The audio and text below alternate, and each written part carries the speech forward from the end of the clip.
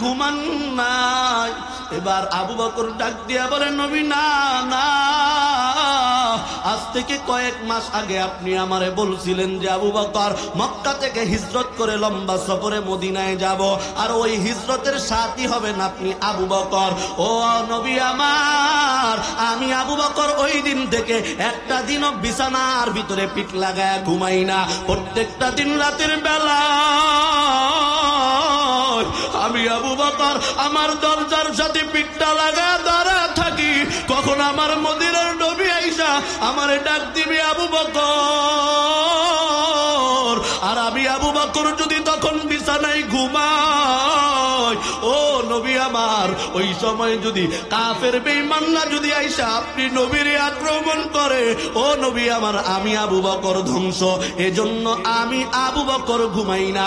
ও নবী, শুধু কি তাই, ওই যে ঘরের ভিতরে তাকায় দেখেন আমার ছোট্ট মেয়ে আসমাও ঘুমায় না।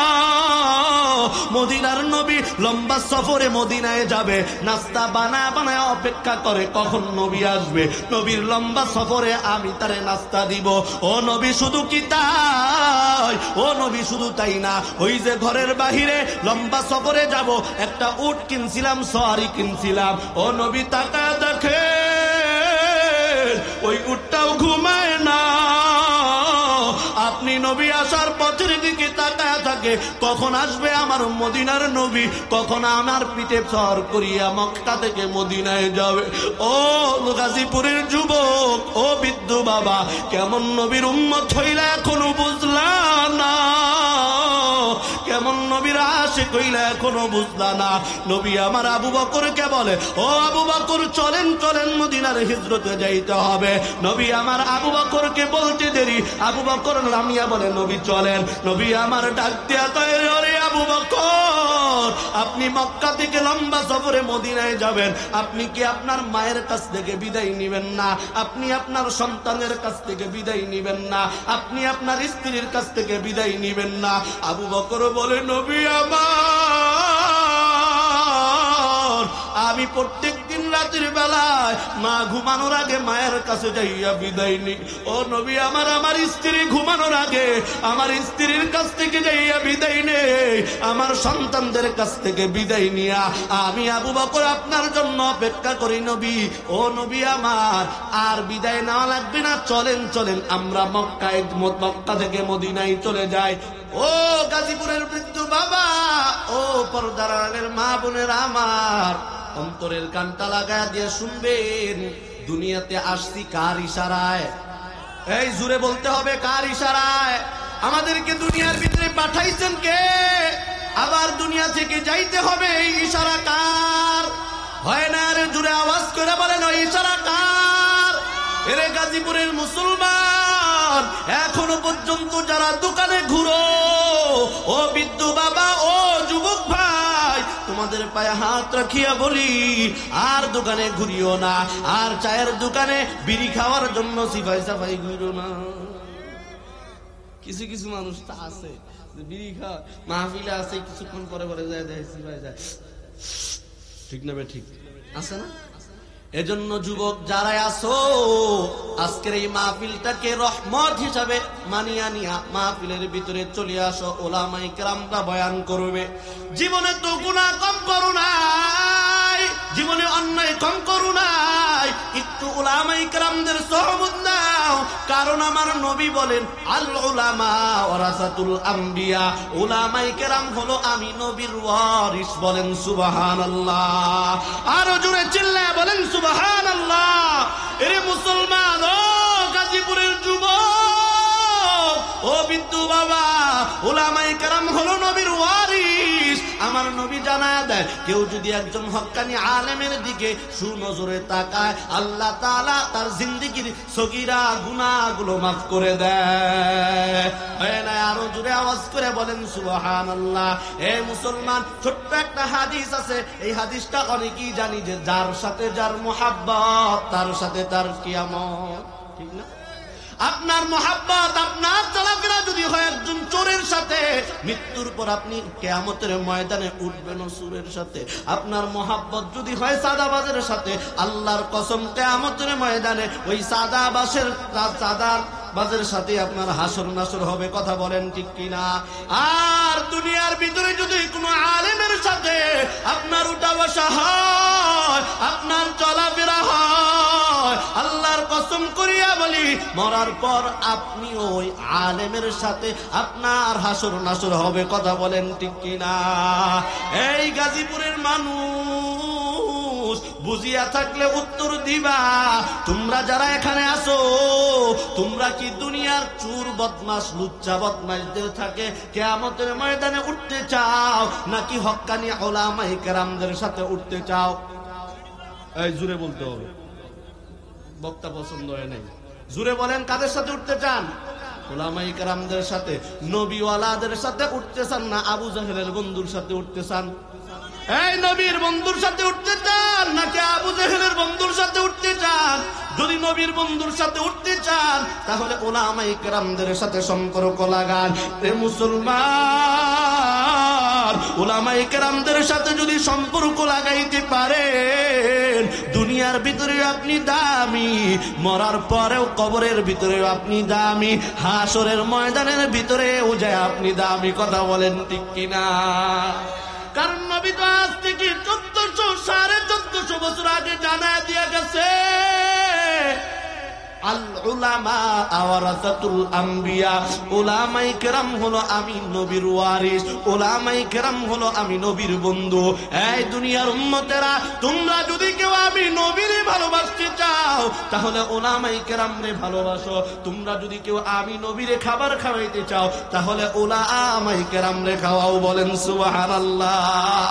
উলামায়ে কেরামদের সাথে সম্পর্ক লাগাইলে আপনি দামি হয়ে যাবেন। কেমন দামি হইছে আবু বকর, উমর, উসমান, আলী, শুনবেননি? এই আবু বকর কেমন দামি জানেননি? একটা ঘটনা আপনাদেরকে সংক্ষিপ্ত ভাবে বলিয়া শোনাই। আবু বকর যেদিন নাকি হিজরতে যাবে, এই দিনের একটা ঘটনা আপনাদের সামনে বলবো ইনশাআল্লাহ। এর আগে ছোট্ট একটা ঘটনা আপনাদেরকে শোনানোর চেষ্টা করি।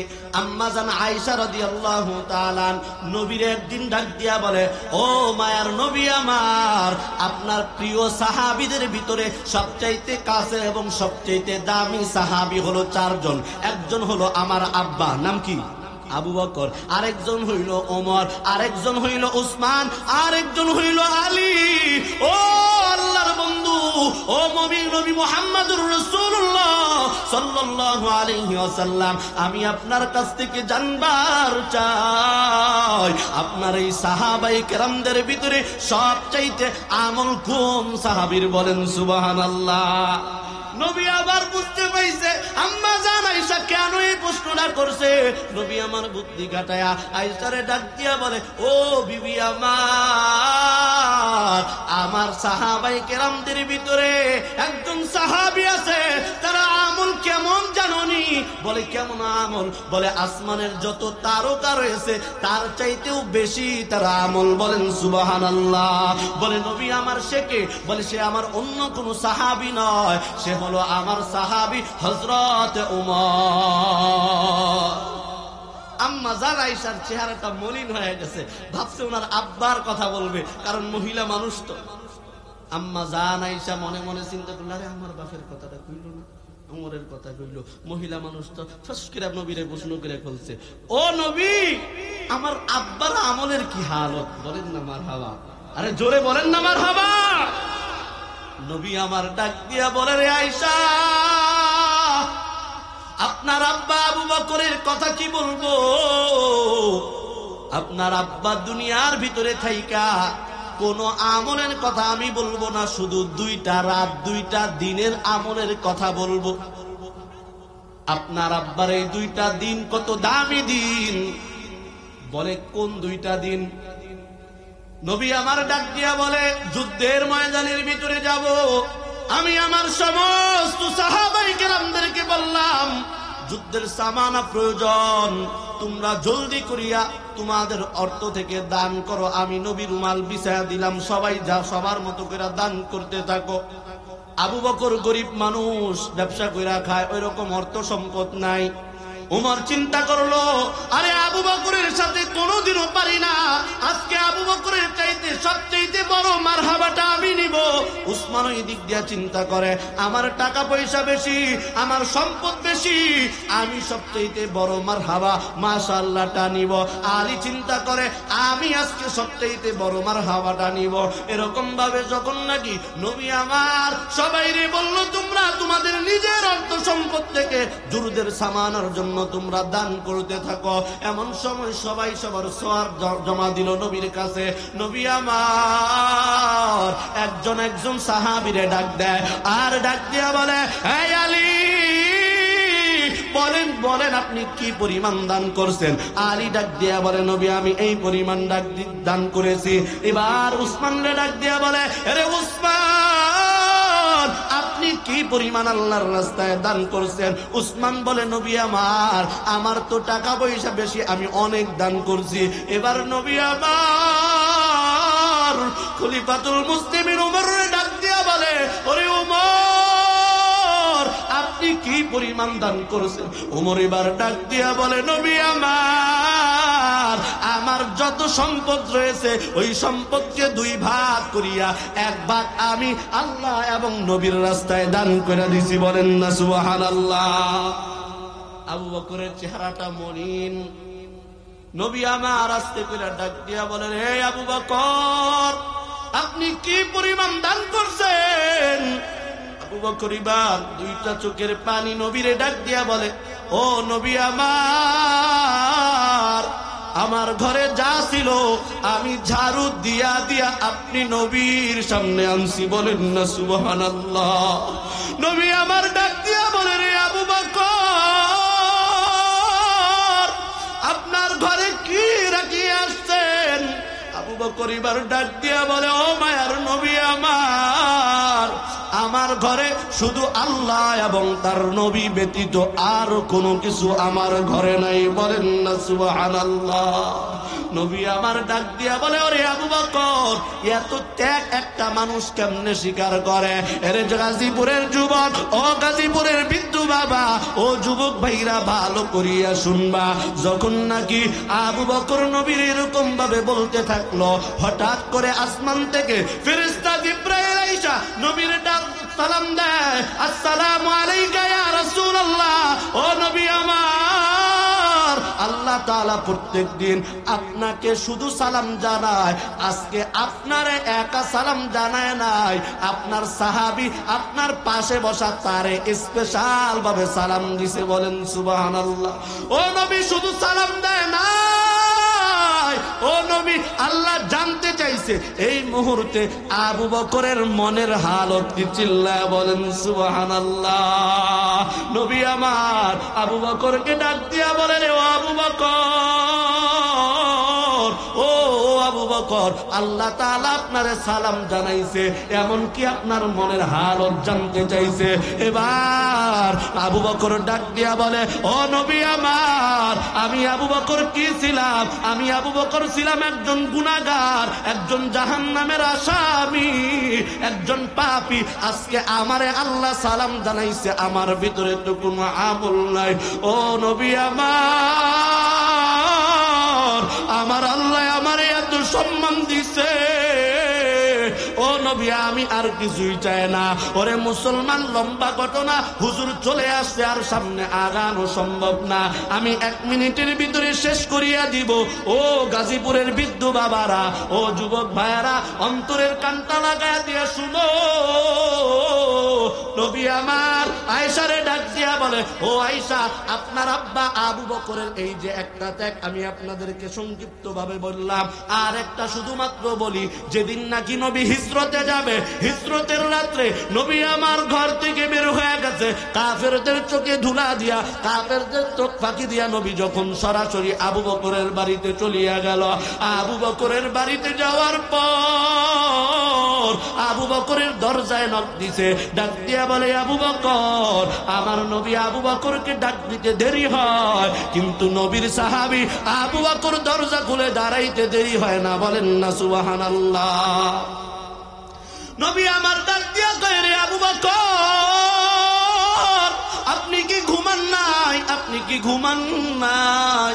এবার আবু বকর ডাক দিয়া বলে, নবী না, আস্তে থেকে কয়েক মাস আগে আপনি আমারে বলছিলেন যে আবু বকর মক্কা থেকে হিজরত করে লম্বা সফরে মদিনায় যাব, আর ওই হিজরতের সাথী হবেন আপনি আবু বকর। ও নবী আমার, আমি আবু বকর ওই দিন থেকে একটা দিনও বিছানার ভিতরে পিঠ লাগায় ঘুমাই না। প্রত্যেকটা দিন রাতের বেলা আমি আবু বকর আমার দরজার সাথে পিঠটা লাগা দাঁড়া থাকি।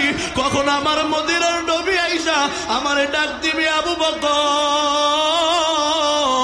আর আমি আবু বকর যদি তখন বিছানায় ঘুমাই, ও নবী আমার, ওই সময় যদি কাফের বেঈমানরা যদি আইসা আপনি নবীর আক্রমণ করে, ও নবী আমার, আমি আবু বকর ধ্বংস।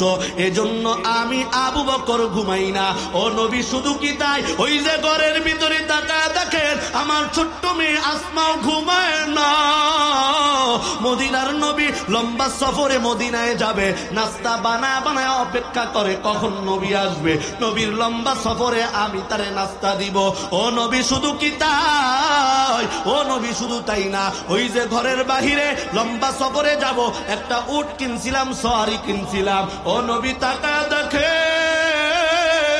ওই উটটাও ঘুমায় না। আপনি নবী আসার পথের দিকে তাকায় থাকে কখন আসবে আমার মদিনার নবী, কখন আমার পিঠে সওয়ার করিয়া মক্কা থেকে মদিনায় যাবে। ও গাজীপুরের যুবক, ও বৃদ্ধ বাবা, কেমন নবীর উম্মত হইলা এখনো বুঝলা না? কেমন নবীর আশিক হইলা এখনো বুঝলা না? নবী আমার আবু বকরকে বলে, ও আবু বকর, চলেন চলেন, মদিনার হিজরতে যাইতে হবে। নবী আমার আবু বকরকে বলতে দেরি, আবু বকর নামিয়া বলে, নবী চলেন। নবী আমার ডাক দিয়া কয়, ওরে আবু বকর, আপনি মক্কা থেকে লম্বা সফরে মদিনায় যাবেন, আপনি কি আপনার মায়ের কাছ থেকে বিদায় নিবেন না? আপনি আপনার সন্তানের কাছ থেকে বিদায় নিবেন না? আপনি আপনার স্ত্রীর কাছ থেকে বিদায় নিবেন না? আবু বকর বলে, নবী আমার, আমি প্রত্যেক দিন রাতের বেলায় মা ঘুমানোর আগে মায়ের কাছে যাইয়া বিদায় নিই। ও নবী আমার, আমার স্ত্রী ঘুমানোর আগে আমার স্ত্রীর কাছ থেকে যাইয়া বিদায় নেই, আমার সন্তানদের কাছ থেকে বিদায় নিয়া আমি আবু বকর আপনার জন্য অপেক্ষা করি। নবী, ও নবী আমার, আর বিদায় নেওয়া লাগবে না, চলেন চলেন, আমরা মক্কা থেকে মদিনায় চলে যাই। এরে মুসলমান, লম্বা ঘটনার বাড়ানোর সুযোগ নাই।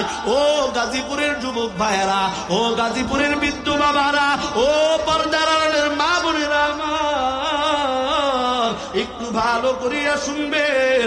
আমার আল্লাহ বলে, আমার নবী বলে, আল উলামা ওয়ারাসাতুল আম্বিয়া, উলামায়ে কেরাম হলো নবীদের ওয়ারিস। আপনাদেরকে আমি ছোট্ট একটা মেসেজ দিয়া যাব, উলামায়ে কেরামদের সাথে সম্পর্ক লাগাবেন, আলেমদেরকে ভালোবাসবেন। আজকে এখানে মাদ্রাসার মাহফিল হয়, মাদ্রাসার হুজুরদের সাথে সম্পর্ক লাগাবেন, মাদ্রাসার ছাত্রদেরকে আদর করবেন, ভালোবাসবেন। ওরে মুসলমান, মসজিদের ইমামদেরকে ভালোবাসবেন, মসজিদের খতিবদের সাথে সম্পর্ক লাগাবেন। কারণ একটু আগেই তো বলছিলাম, যার সাথে যার মোহাব্বত তার সাথে তার কিয়ামত। কথা বলেন ঠিক কিনা?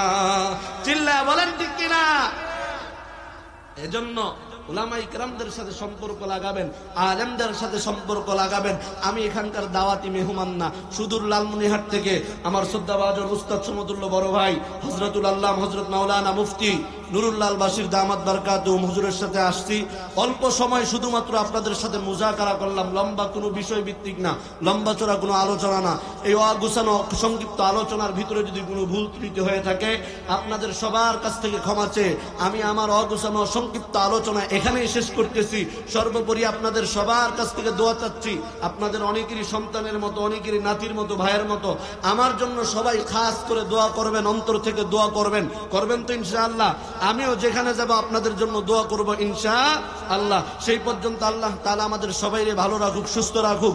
আমি আমার অসংক্ষিপ্ত আলোচনা এখানেই শেষ করলাম। ওয়া আখির দাওয়ানা আনিল হামদুলিল্লাহি রাব্বিল আলামিন। আসসালামু আলাইকুম ওয়া রাহমাতুল্লাহি ওয়া বারাকাতুহু।